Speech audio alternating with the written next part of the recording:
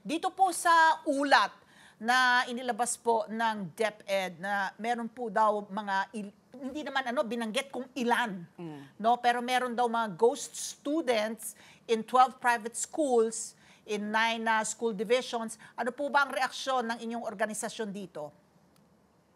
Mm. Actually 'no, of course, nakakalungkot na may mga ganitong findings, for the private schools. Kasi kami sa Popopeya, we always advocate na compliance with the DepEd guidelines, especially sa GASPE programs dito sa ating senior high school voucher program. Kasi napaka-importante nitong programa nito para sa lahat ng private schools that are participating in this program kasi ultimately ang students ang tinutulungan nitong program na 'to. So, Yeah. gusto din namin 'no, gusto din namin na magkaroon ng proper investigation into these allegations. So attorney, please refresh our memory, no? Kasi I honestly, no, I just came across itong senior high school voucher program. How does it work? How does one avail of it? And bakit ito ngayon nagkakaroon po ng bahid, no, na parang may suspetsya na may mga ghost students. So how does this senior high school voucher work? Mm. Bale itong senior high school voucher program natin, it is a benefit directly sa ating mga students.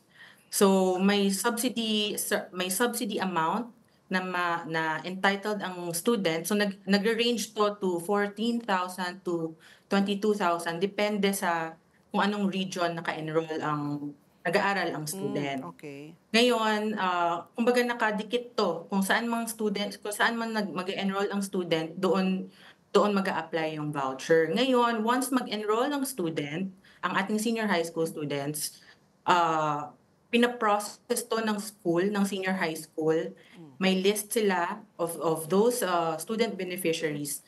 Tapos sinasubmit 'to ngayon to DepEd through the PEAC. The PEAC is the Private Education Assistance Committee.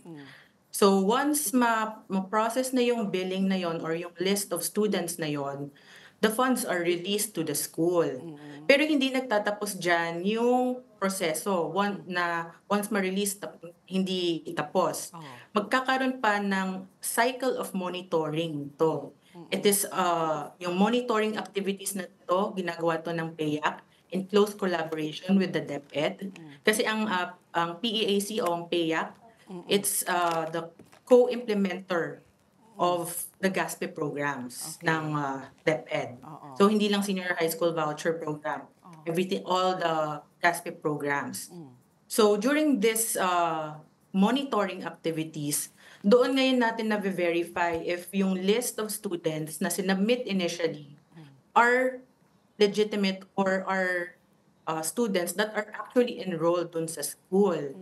So, humihingi tayo ng mga documents to show that these students are qualified students, meaning pasok sila dun sa criteria ng DepEd as qualified senior high school voucher beneficiaries.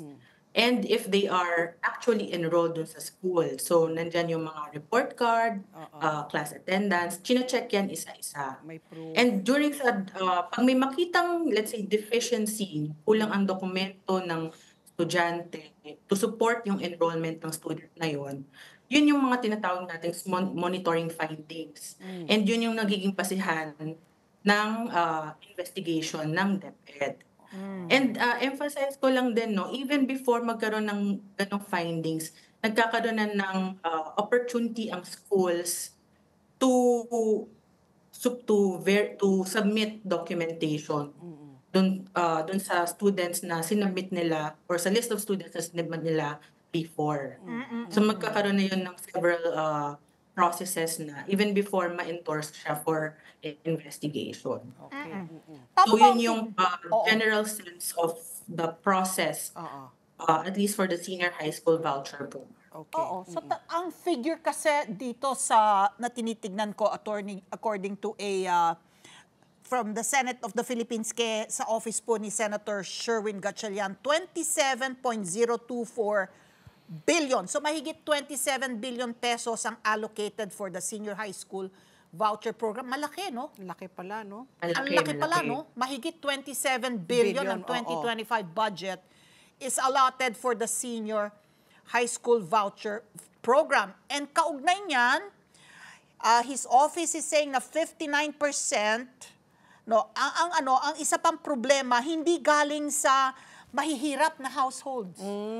Tama ba yon? Mga nakikinabang non-poor households ang nakikinabang po dito. Sa ano naman po yung ESC, itong Educational Service Contracting, apart from the senior high school voucher program? Iba pa yon. Ang ESC, yung ESC program natin, it's a separate government assistance program, also under ng GASPE program natin. Pero ang kinikater niyan, yung mga junior high school. Yung Junior senior high high school school. kasi it's only for them. Ang kaibahan ng senior high school voucher program and ng ESC program is that yung ESC program, ang mga schools mismo nag-undergo yan ng certification process, no? Pag sinabi nating certification process, ini-evaluate ang school, no, yung quality ng services and education programs nila in order to participate in the ESC program. So naka-quality assure natin yung mga schools na nagjo-join sa ESC program and So, ina-allot accredited sila ng sila. slot for that. Oo. Pero the So point sigurado being, tayo dun sa quality and yung in a way mas madaling ma-counter-check yung legitimate enrollment ng students. pero yung ano nga, yung pag-apply, may proseso, di ba? For the student to apply. Yung For the ESC nga sa voucher. junior high High school. school, Oo. senior high school naman itong Voucher. voucher program. Pero their study shows na 68% ng ESC sa junior high school from 2020-2021 non-poor household galing. Pero which defeats the purpose, di ba? Sa senior high school beneficiaries naman ng voucher voucher. program, Oh. 70%. Don't belong to the Oo, we're from non-poor. non-poor households. Criterion po ba yan na naunahin yung mga yung Ano bang tinitignan? mahirap? More academic, More academic or financial? performance o yung Financial capability. economic status po nila, standing. May criteria yan. Tama kayo. May criteria ang students. Like for example, doon sa senior high school voucher program natin, under DepEd guidelines, may certain level of criteria ang eligibility ng students. For example, yung mga grade 10 completers natin from the public school system na gustong mag-enroll sa private school, they are automatically eligible. So, kailangan lang makakuha ng mga supporting documents to show that they are grade 10 completers from the public school. So, yun yung mga nagkakaroon ng prioritization dun sa voucher, senior high school voucher program natin. So, may mga different criterias yan. Let's get together. Sunday 25. Sunday 25.